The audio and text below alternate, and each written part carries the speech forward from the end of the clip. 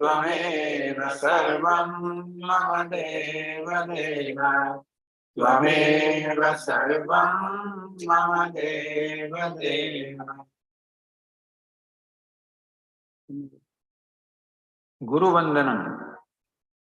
श्रुतिस्मृतिपुराणानाम् आलयं करुणालयं नमामि भगवत्पादं शङ्करं लोकशङ्करं शङ्करं शङ्कराचार्यं केशवं बादरायणं सूत्रभाष्यकृतौ वन्दे भगवन्तौ पुनः पुनः।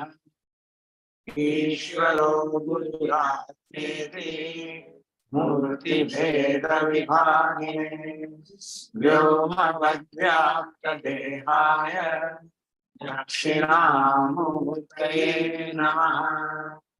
ऋकारस्त्वन्धकारश्च ऋकारस्त्वन्निवर्तकः अन्धकारनिरोधिष्वा गुरुरित्यभिधीयते। सदाशिवसमारम्भा शङ्कराचार्यमध्यमाम् अस्मदाचार्यपर्यन्ता वन्दे गुरुपरम्पराम्। ॐ सहना भवतु सहनौ भुनक्तु सह वीर्यङ्करवावहै तेजस्विनावधीतमस्तु मा विद्विषावहै। ॐ शान्ति शान्ति शान्तिः।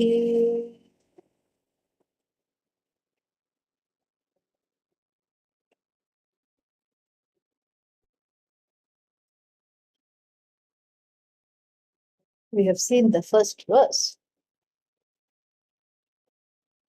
Totally, I think. We'll chant it and also chant the second verse and quote it. Shri Harim Paramanandam Upadeshtaramishwaram Vyapakam Sarvalokanam Karanantam Namamyaham Aparokshanubhutirvai Prochyate Mokshasiddhaye Saddhireva Prayatnena Vikshaniya Muhurmuhu. I will display the verse. I have the translation. There is an automatic transliterator, but it has some mistakes, but I can point out the mistakes when we do that. So give me a second to bring that up. One second.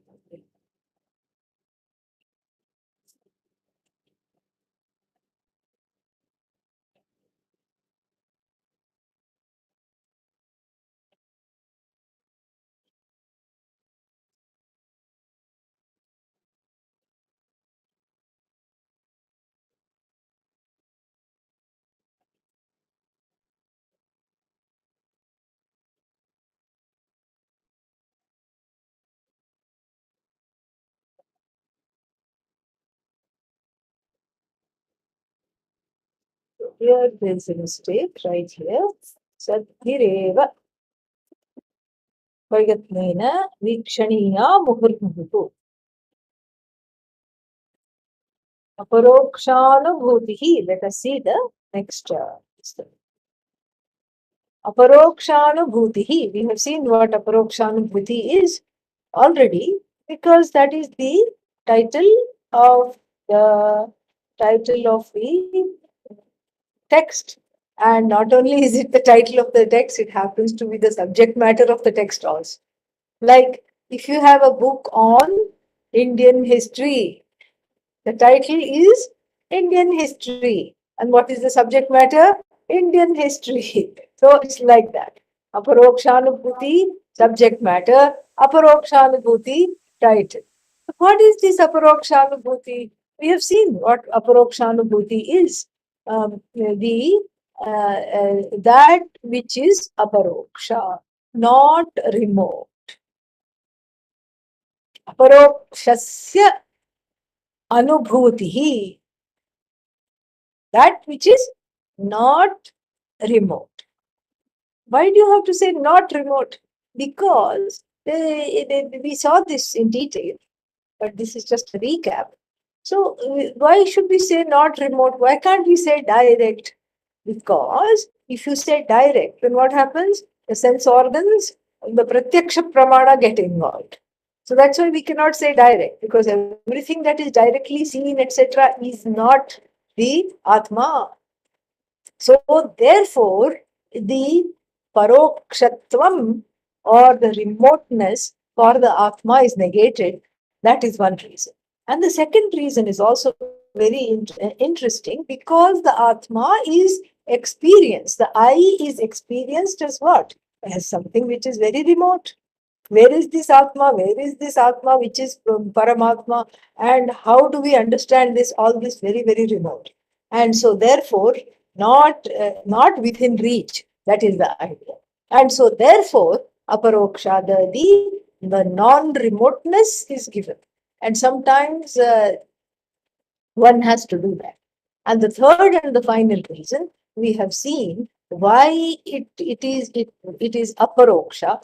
It begins with a negation, the negative particle, a nanj pratyaya, because most of the operation in the transmission of the self knowledge, most of the operation is na iti, na iti, na iti. Not like this, not like this, not like this.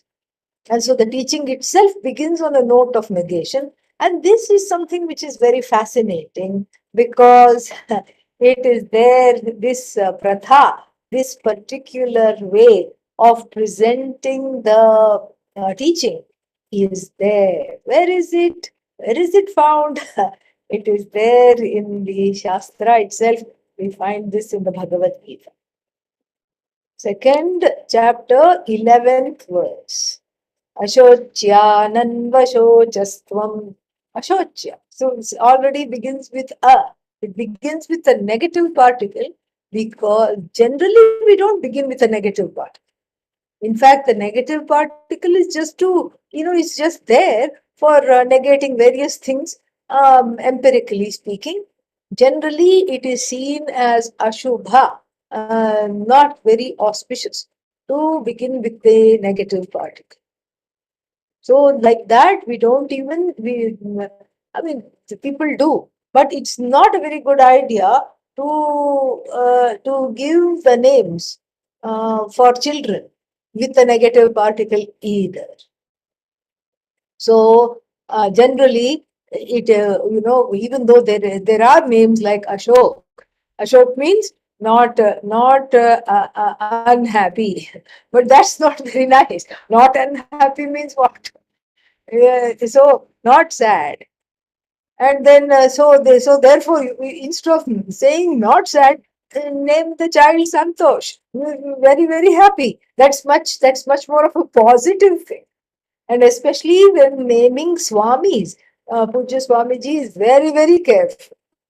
You will never in our parampara see names such as not dirty Ananda, Nirmalananda, and what else? Not some other thing, not sad Ananda. And we don't have names like that. He was very, very particular, because it's always on the positive thing, with only two exceptions. One is, Advaya, because Advaya, non-dual, that is something which is made its place in the tradition, because all we see is duality and what is that? So therefore, non-duality, and the other one, Aparoksha. So there is one Advayananda in Mauritius, and then there is one Aparokshananda in Rishikesh. And so that is the only two exceptions. No other name of 200 plus Swamis that Pujya Swamiji himself has ordained, will you find a negative name, a name that is formed through negation. But here it's an exception in the teaching. And the word aparoksha and advaya are exceptions. I told you that. And then here aparoksha, which just a kind of a nod to the teaching pedagogy where what is that? The nirasana, the removal of ignorance, which is what is indicated. So for these reasons, that aparoksha atma, which is always experienced, tasya anubhuti, that which is always experienced, and anubhuti means that experience always translate, an experience is of use only when it translates into knowledge, not otherwise. How can it be useful if it is if it is not translating into knowledge? That's why people come and say, I had this wonderful experience, please explain it. Why do you want it explained to you? Because I had this, I don't know what it means. I had this wonderful experience in my dream. I felt like I was in a temple. I felt like I received prasad. What does this dream mean? This is this, so you have to, every experience culminates in knowledge. So therefore, the Atma is not being experienced. It's always being experienced non-remotely. I am not remote to myself, but I have to understand what this experience means, and therefore we make the entry into this text. So, with these words, let us look at this verse. Aparokshanubhuti vai. Why literally means why should we study this? Okay, that is what this particular verse is going to address. All right, so sometimes we find a nice synergy between English and Sanskrit, like ro and aropa, and why we should study this. So so now you will never forget the purpose of the second verse. It gives the reason why we should study this. Okay, so that y is from W. Here the y is what? Tantoshtam. So it's in between a V and a W. All right, which is why Indians cannot pronounce words such as vegetable, water, etc. properly. All right, so it's kind of somewhere in between. And so in between the W and the V. So why in Sanskrit means indeed. Indeed means that not just for emphasis, but that means it is its sole purpose. Why means it is the sole purpose. Prochyate. Prochyate means uchyate. Prakarshena uchyate. Uchyate, it is talked about. But then the pra comes, it is unfolded, systematically unfolded. What is systematically unfolded? The knowledge of the ever experienced non remote I, non remote self, is unfolded, is systematically expounded. And the word and the prefix pra also indicates in the teaching situation that it is unfolded until the knowledge takes place. Until the knowledge takes place, it is unfolded. It is not just taught once and then you are left to your own devices. So here is the promise by the Shankaracharya, by the writer. And what does the writer say? The writer says it is systematically unfolded until the knowledge takes place. So prochyate. Then we come to the question of why prochyate? Why is it talked about moksha siddhaye? In order to have moksha under the belt. Siddhi, success. Moksha siddhi, mokshasya siddhi. Accomplishment of moksha. We are just seeing the translation, okay? And then we'll see the whole thing. Prochyate moksha siddhaye. And it is talked about. It is going to be unfolded.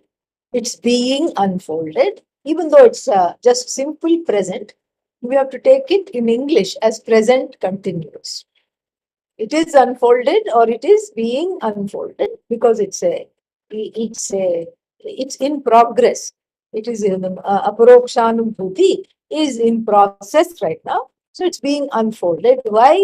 For the accomplishment of moksha. Siddhi, accomplishment. Successful accomplishment. So moksha means what?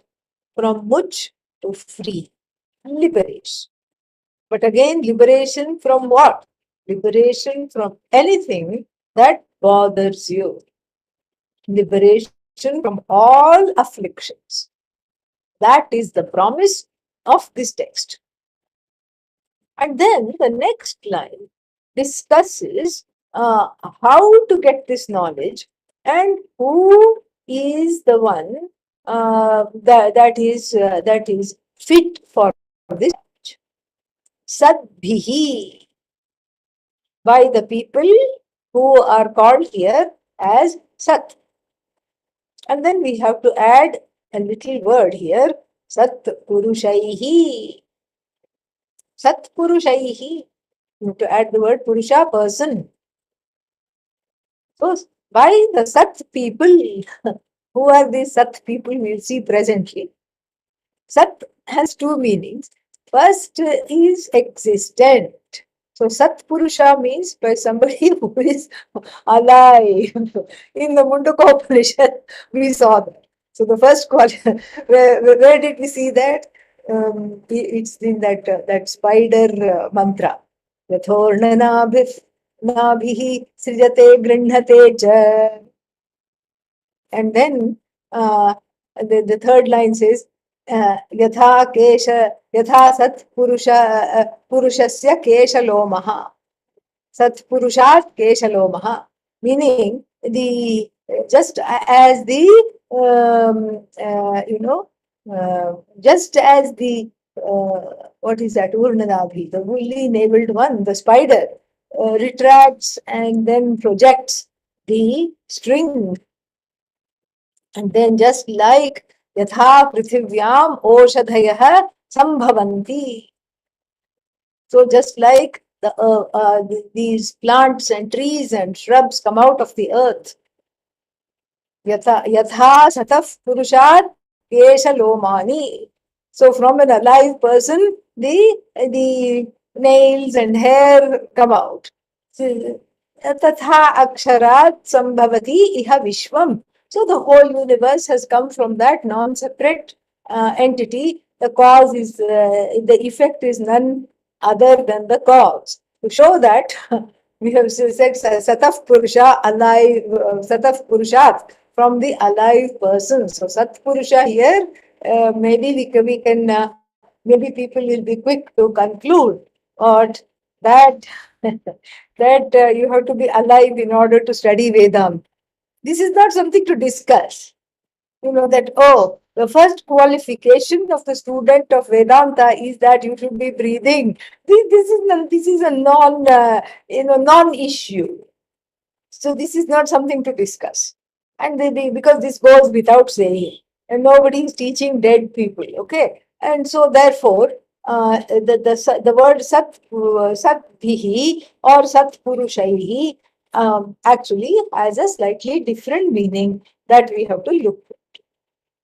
Sat here, has many meanings. So one meaning we can take, which is colloquial, like for example, in the word satsang, satsanga means the association, sangha, association with people who are ethical, who are not, who have withdrawn from all kinds of uh, immoral, illegal activities, who are not interested in going down that road, who are ethical people.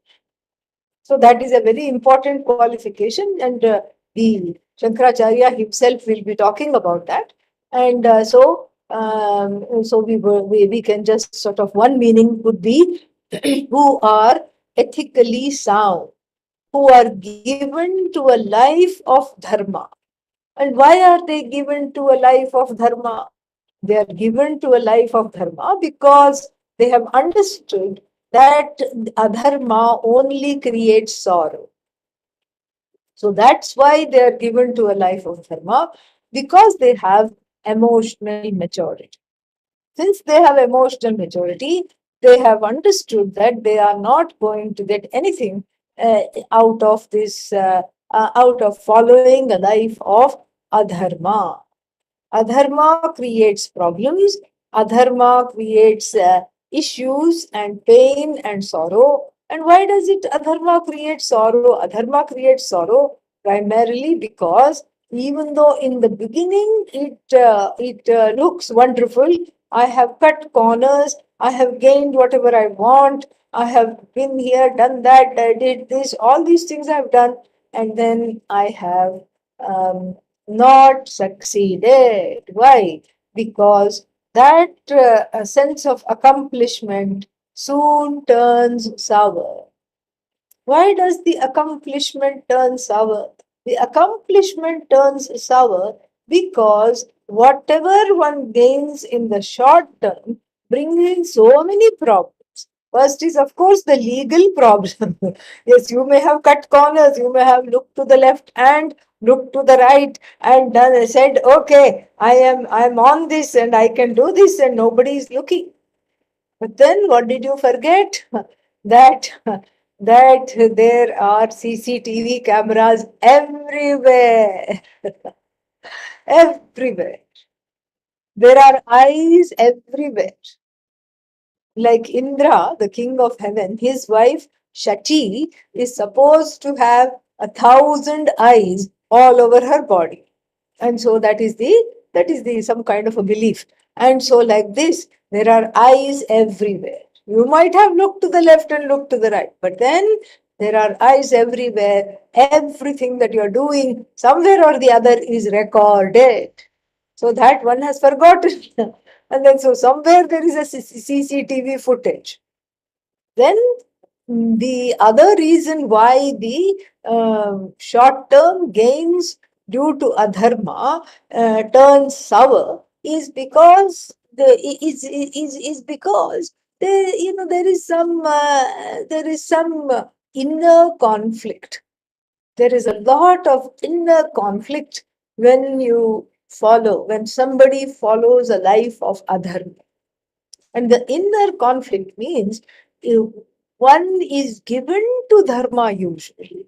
One wants to do the right thing and one is given to doing the right thing, but then you have to suppress that inclination, even that instinct to do the right thing, and then do the wrong thing or use the wrong manner of doing something. Then what happens is that there is a lot of inner conflict because of whatever one has suppressed. There is a lot of pain, sorrow, there's a lot of tussle, there's a lot of aruchi.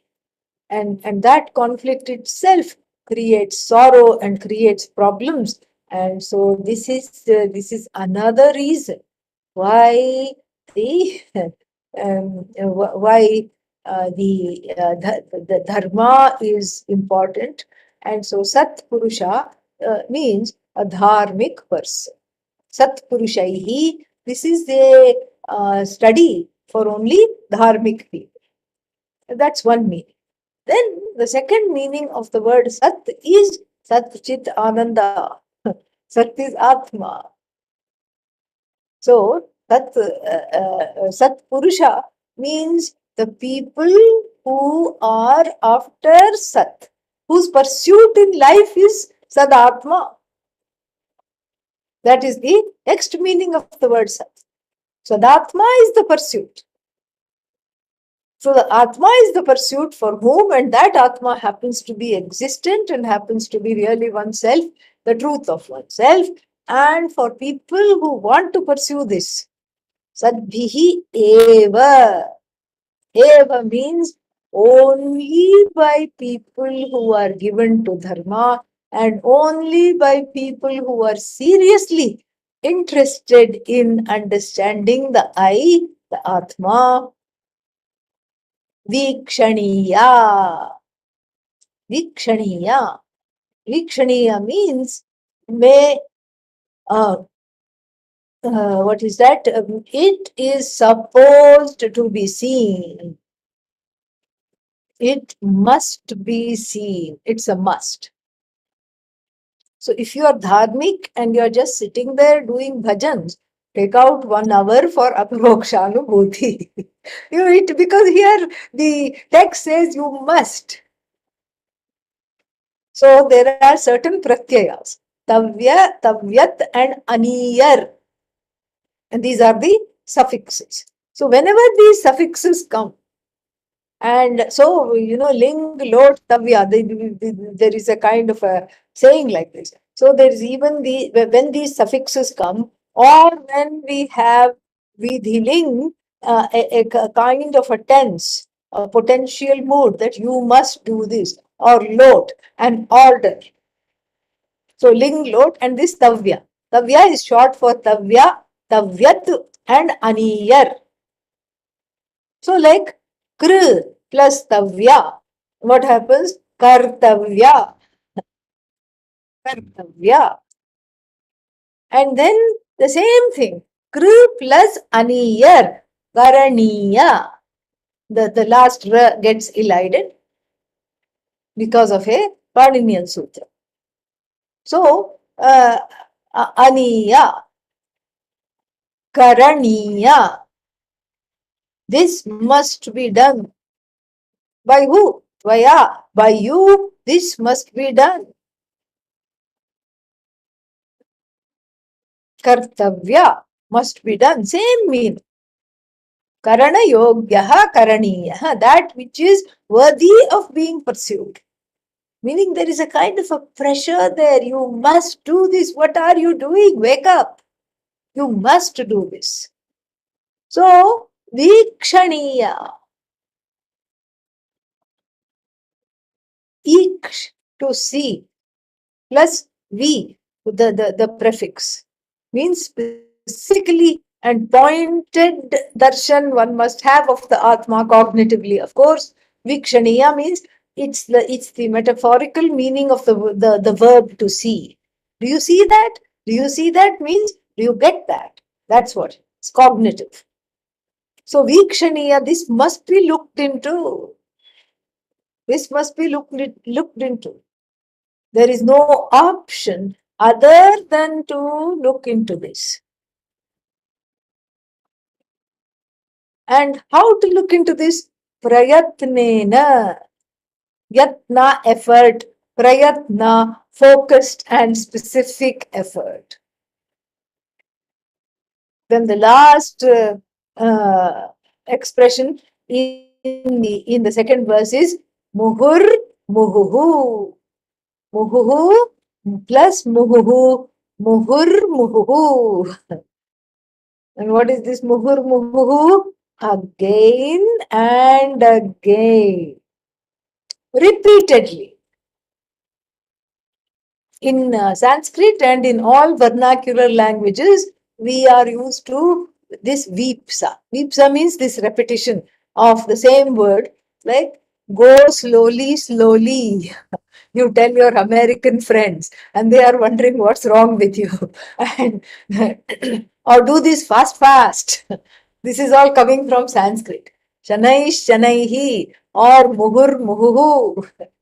Muhur, muhuhu means again and again and again. Muhur, muhuhu.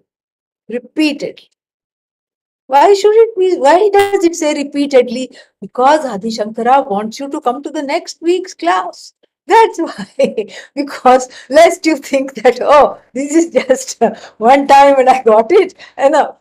So he doesn't want you to skip the next class. So that's why he's very pleased with your attendance and he wants you to come again and again to the classes. So he says right at the outset, Muhuhu, Muhuhu. Come again and again to this teaching situation. Do not go away from the teaching situation. Why? Because this is the lifeline. That is why Muhur Muhu. Now let us see the verse in detail. A few remarks before we actually see the verse. So now from verse number 2 to verse number 11, let me share the text again so we can have a visual map of where we are. So verse number 2 is here and we scroll up till 11. All right. So there is a particular subject.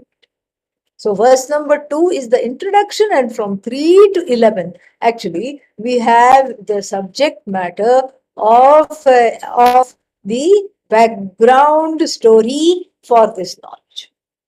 The background that one has to have for this knowledge is going to be systematically expounded, starting with verse number 2. Verse number 2 already touches on the background, sadbihi, and then prayatnena, all this muhuhu, all these things it talks about. And then, and we get into the serious business of understanding what does it take to qualify for this knowledge up to verse number 11. All right. So this is a particular block of the subject matter. So this verse is introducing this.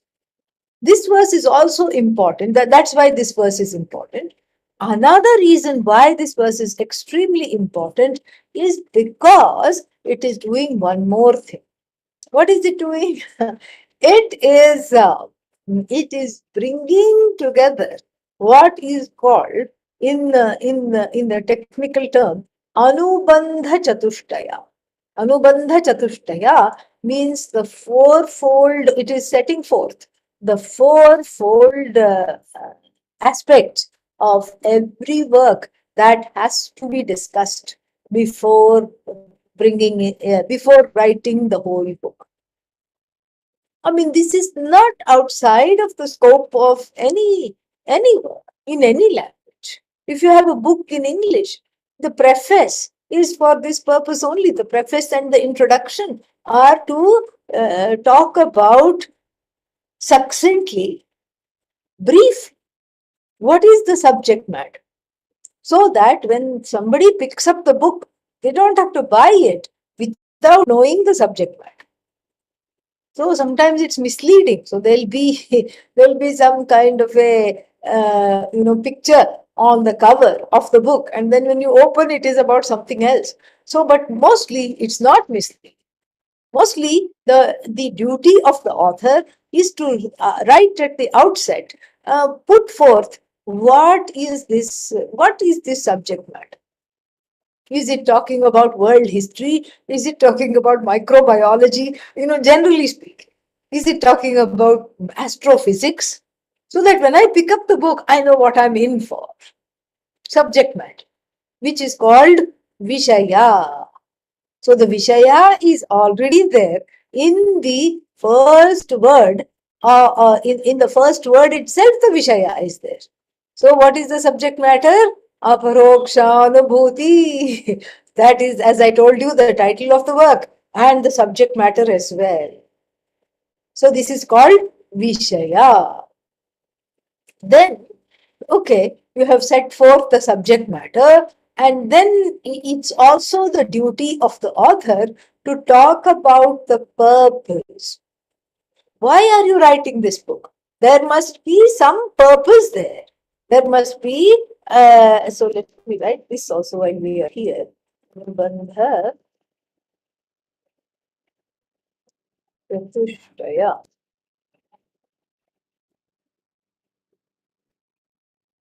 Anubandha Chatushtayam. Okay.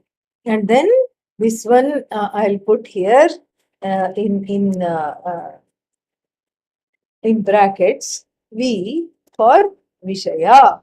This is the subject matter. Right here is the subject matter. The Vishaya is important, but then the purpose for which this book is being written, for this text, is also very, very, very important. Because subject matter, okay, subject matter is how to win friends and influence people. Let's say that's the title and that's the subject matter. But then what is the purpose of this? The purpose is because one is lonely otherwise, one is shy, and then one is lonely. So for the shy and lonely people, this is what it is. So therefore, this is the subject matter. Moksha Siddhi Vishaya. And then the subject matter in Sanskrit is called Prayojana. P for Prayojana. You see how just in one word the whole thing is just so nicely accomplished. So Prayojana. What do I get out of studying this? So, how to win friends and influence people, or another book, I am okay, you are okay. So, such books, when you read, what do you get? You get a sense of, oh, little, I'm not too bad, I'm all right. And even though I'm lonely, I have some hope, I have some tips of how to meet people and what to say, and more importantly, what not to say. That is very important. So if somebody is a nerd, you know, so sometimes sometimes sometimes one lacks social skills, which is why one is attracted to such books as I am okay, you are okay, how to win friends, influence people. That is why one is attracted. So then there will be some appendix, how to open the conversation, what not to say, what not to say, and then even in other certain kind of etiquette, what not to say when somebody is grieving, especially when somebody has lost a loved one, especially if you're a Vedantin. This is very important. Come on, don't be sad. There is no such thing called sorrow. If you say that, then then then you don't have to wonder why you are friendless. Okay, so this is not what to say. And so all these things are talked about in such books. The purpose of it is important. And here the purpose is moksha siddhi, mokshasya siddhi. The accomplishment, the purpose is moksha. And what is this moksha? Oh, I have it down pat. Come on, don't keep asking me what moksha is. Freedom from sorrow. Moksha. The pat answer. Pat answer sometimes is, sometimes needs to be unpacked. Freedom from sorrow means what? No, see, right now I'm very sad because nothing is going my way. And somehow, miraculously, the study of Vedanta will make it so that everything goes my way. Right? Wrong. No, that's not what's good. That's not what we are in for. That's not what's the promise here is. So, what is the promise? What will happen after moksha? The answer is nothing. Oh, then why are you saying that? Oh, there is something I have to study this, and then I have to understand this for the purpose of moksha siddhi. I have to understand this. Yes, you have to understand this. So then moksha should change everything in my life. Well, everything changes and nothing changes. What do you mean? Don't talk in riddles. Vedanta is full of riddles. All right, we'll get rid of the riddles. So, what is the nothing changes? Why nothing changes? If you were walking with a limp before, and if you had back issues, front issues, and if you had stomach issues, they will still continue. Oh, that's a bummer. That's terrible. Why should they continue? Because they are they were already there before you had this knowledge, correct? Ah, they were part of the karma called prak, arabdha, prarabdha. So the body was made, this body was made in the tummy of the mummy when? Before you gain this knowledge. Correct? Not after. So therefore, the laws of karma are still applying and they are still unfolding. The body is unfolding. Mind is unfolding in a particular way that cannot change. Okay, all right. I live with a limp. No problem. But then the world around me should change completely because I have moksha. Everything should become easier. People should smile at me whenever they see me. And whatever I think of should just come to me. Sarvan Kaman Samashnute. This is what the promise of the Veda is. The promise of Vedanta gains all the desires, even without expressing them. And so I should get all kinds of things when? All the time. I should just think of mango and mango should appear. And oh, but it's not the season. Doesn't matter. I should think of mango, mango should appear. I should think of this and that should appear. Think of money and suddenly wads of money should appear. And so this is not moksha. But you said accomplishment of moksha. Moksha is an accomplishment of that which is already accomplished. What does that mean? I already have money and I don't know it? No. You already have the reason for which you need the money or you think you want the money, mainly security, and then yes, you do not know it. You do not know it. That's exactly what it is. It's a funny accomplishment. The purpose of moksha is not to, that's why I said everything changes and nothing changes. Nothing changes in the world. You don't become richer, you don't become more famous, you don't become younger. No, everything is as it is. But then, really speaking, internally, nothing is the same. You just don't care because your sights are elsewhere. You have identified with that unchanging, limitless I, which is the cause of the universe, which is equated to Ishvara, and that knowledge is so fulfilling and free of sorrow and free of all limitations. So that discovery of yourself as free of all limitations makes you what? Free of all wants, because all wants ensue because there is a sense of limitation centered on the self. No want, no limitation. That's what it is. When there is no limitation, there is no want. All wants, all desires spring from an emptiness, a notion of emptiness in the heart. And that emptiness alone is the cause.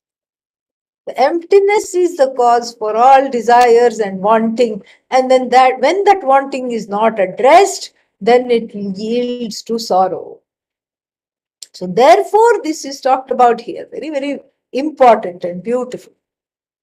This is what is talked about, is that this moksha siddhi is waking up to that limitless I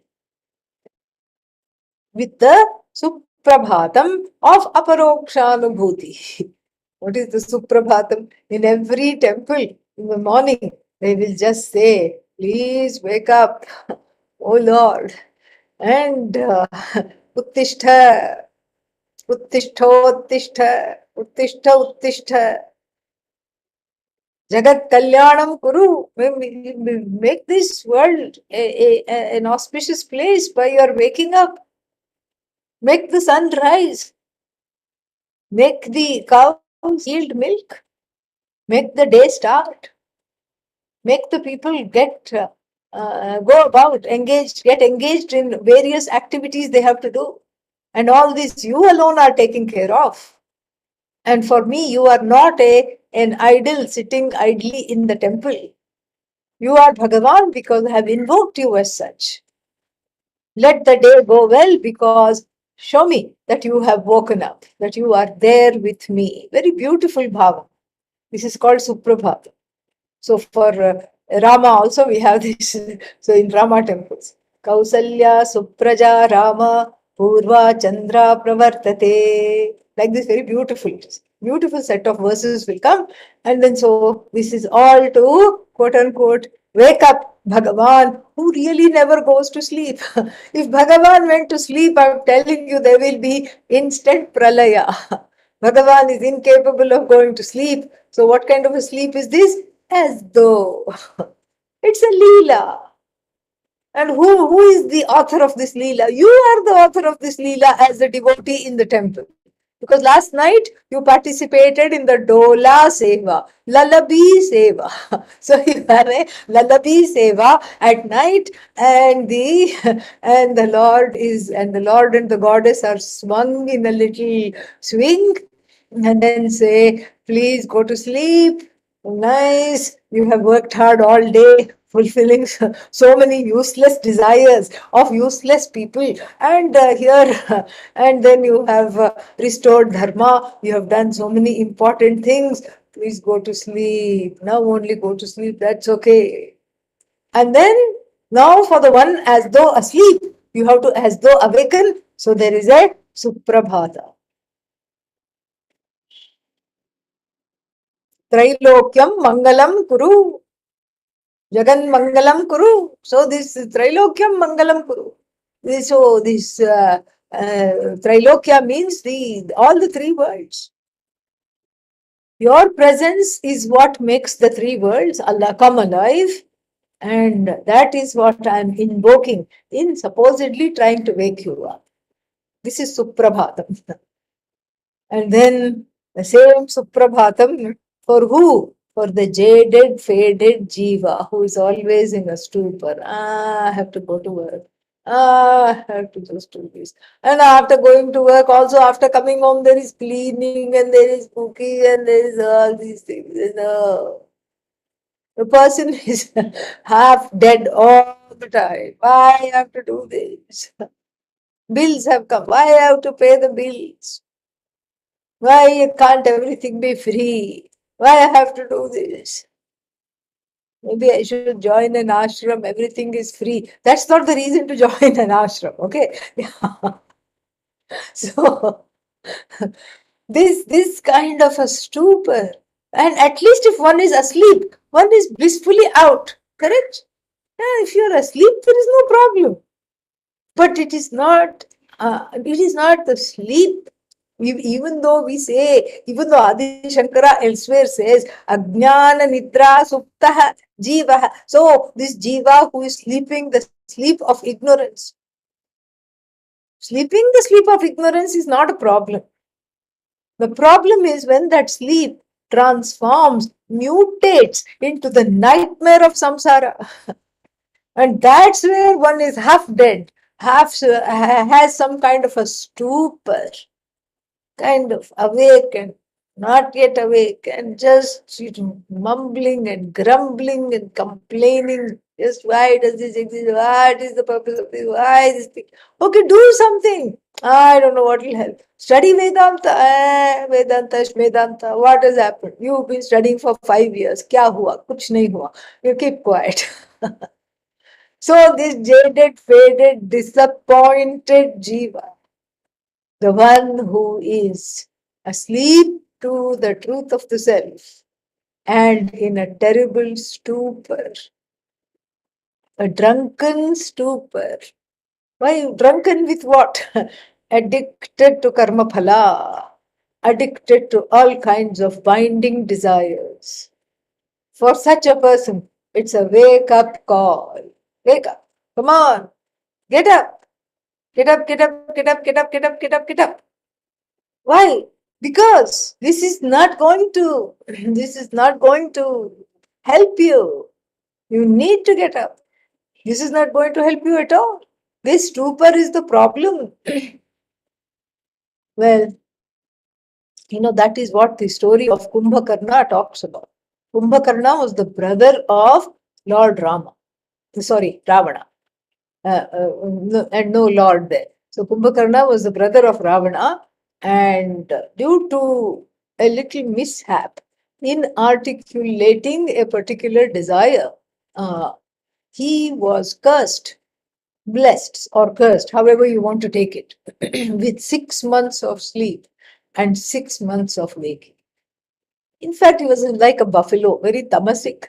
But then, but then he was told, Ravana did all the tapas, and when Lord Shiva appeared, he dragged in the brother. Ask for Nitya, eternity, limitlessness. Ask for that. And the fellow said, forgot the word Nitya and said Nidra. And immediately fell asleep right there because Lord Shiva said, oh, today is a good day. Such an easy boon. Tathastu. And he just fell there. He was so huge. He was like a little hillock.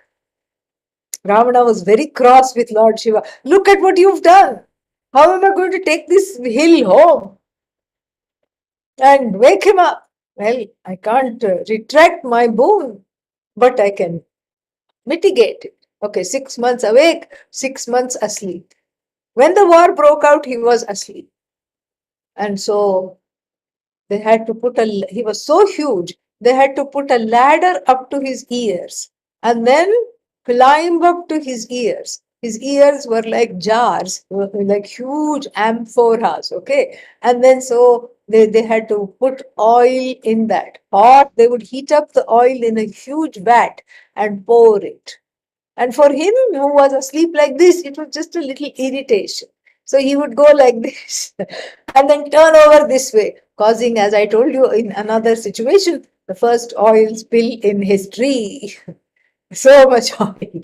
And then they would slip and slide around it and then come to the other ear and pour that oil, and nothing would happen. This is all metaphorical. This is really metaphorical. So, for the one sleeping, the sleep of self ignorance, and then being half awakened to all kinds of nightmares of samsara, nightmares of fears, sorrows, pains, etc., etc. For that, this particular Suprabhatam, that can even awaken a Kumbhakarna. And what does the jaded, faded Jiva says? I'll reserve my judgment. Let's see what this Aparokshanubhuti delivers. Let's see what it delivers. I'll wait and watch. This is a nice new expression. Wait and watch. Meaning, I won't participate.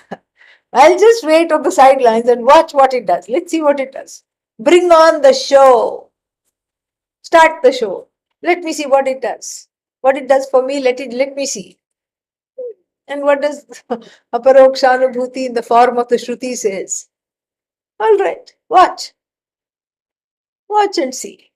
It will unfold itself. So this is what moksha is. Moksha is that freedom from longing, which is actually the truth of oneself. Because when you feel free within, even without self knowledge, there is freedom from longing. There are times when you don't want anything at all. You are very, very contented. You are not wanting anything right now. You are contented, you are whole, you are free, you are okay. You don't want anything. And so this is the truth. This is the story. And so therefore what? That self is not accessed, is not discovered, is not, it doesn't have an abiding presence over the self that one has unfortunately discovered and over the self that's always complaining. Which self will the real self please stand up? Well, the real self is that what you want to be. Nobody says, I want to be complaining. Nobody says, I want to keep on complaining. Please help me complain a little more. No one says. In fact, one says, I'm sick of complaints. Please take these complaints away. That is what one says. And so therefore, the moksha is the accomplishment of something that's already accomplished. The accomplishment of something that one already has but is separated from that particular thing by knowledge. Moksha is like having glasses on your head. Your reading glasses you put on your head, and then you are looking for it everywhere. That is moksha. You are the possessor of the glasses, but then you have to ask around a few times and say, where are the glasses? And then somebody has to say, oh, they are already on your head. And then you say, oh, I forgot that it was up there. I had put it there. So moksha is like that. So the accomplishment of moksha is nothing other than the removal of all these things that come in the way of understanding that I am already free. But what is it that comes in the way of understanding that I'm already free? All other accomplishments. Oh, so I have to give up accomplishments? No, you don't have to give up accomplishments. You have to give up the longing to be an accomplished person. That's what you have to give up. So, everybody wants success, siddhi. In the word siddhi is defined very differently. So, how do we look at a successful person? The person who is a siddha, not like a yogi, but someone who is accomplished in the world. Somebody who gets all the garlands and the red carpet and the fanfare and everything. Has to be a celebrity. Oh, somebody so and so has come, a great award winner, Oscar winning actor, any other Hollywood, Bollywood, Tollywood, Sandalwood, whatever, whichever wood celebrity has come. And when the celebrity comes, people forget themselves. They go camera in hand, mobile phone in hand, and wants to click a selfie or just the photo of the celebrity. And who is this person? You don't even know this person. No, but it is so and so. Don't you see? Why are you after them? They are so successful. So, in every arena, there is a celebrity. I gave the Hollywood, Bollywood example because it is kind of universal. Entertainment celebrities. Everybody knows there is a kind of a screen presence and everything, and so they are universal celebrities. Then there is then there are other, in every field, there are experts and celebrities. Maybe not so well known, but in their circles, they are very, very well known. So in physics, whoever is the Nobel Prize winner from last time, whoever are, they will be very, very well known, very, very well respected. Their word is, final. So celebrities and such people who we think are very, very accomplished, or people who are very, very rich, lifestyles of the rich and famous. There used to be some kind of a show, very popular show. Everybody wanted to see how they live. Oh, they have a mansion in Malibu. Okay, so what does it look like? Oh, they have three living rooms. How many people living there? Only one. Okay, so one person needs three living rooms. This is this is what it is, and maybe they have a lot of living to do. So yeah, they are living it up, so to speak. And then so this way, one is fascinated. Nowhere in no country in the world you have a TV show called Lifestyle of the Poor, the Miserable Failures. Nobody will watch that. Why? Because it's too close to one's life. Already I am like this. Why do I need that? And that's why all these art films in India which are made, if you they are successful only in the few metropolises, few metros. You can show them. You can show them in Mumbai, Kolkata, and then you can show them in Chennai and Delhi. That's it. And you can't show them, maybe also a few other big cities, but you can't show them in rural areas. You can't show them in some small village in Karnataka. If you show some movies, one movie was made out of a book, based on the slums in Calcutta. Does anybody know what was that one? joy, or it had the word joy in it, but it was really not about joy. And it was about the slums in Kolkata. And then when they, what was that? City of Joy. Yeah, yeah, that's what. Yeah. So it was an ironic thing. So City of Joy. Actually, it was the city of sorrow, and it was all very sad, dreary life about how people, the most indigent people live. And when it was shown in the rural theatres, it was a very huge flop. Why? Because nobody wants to see that.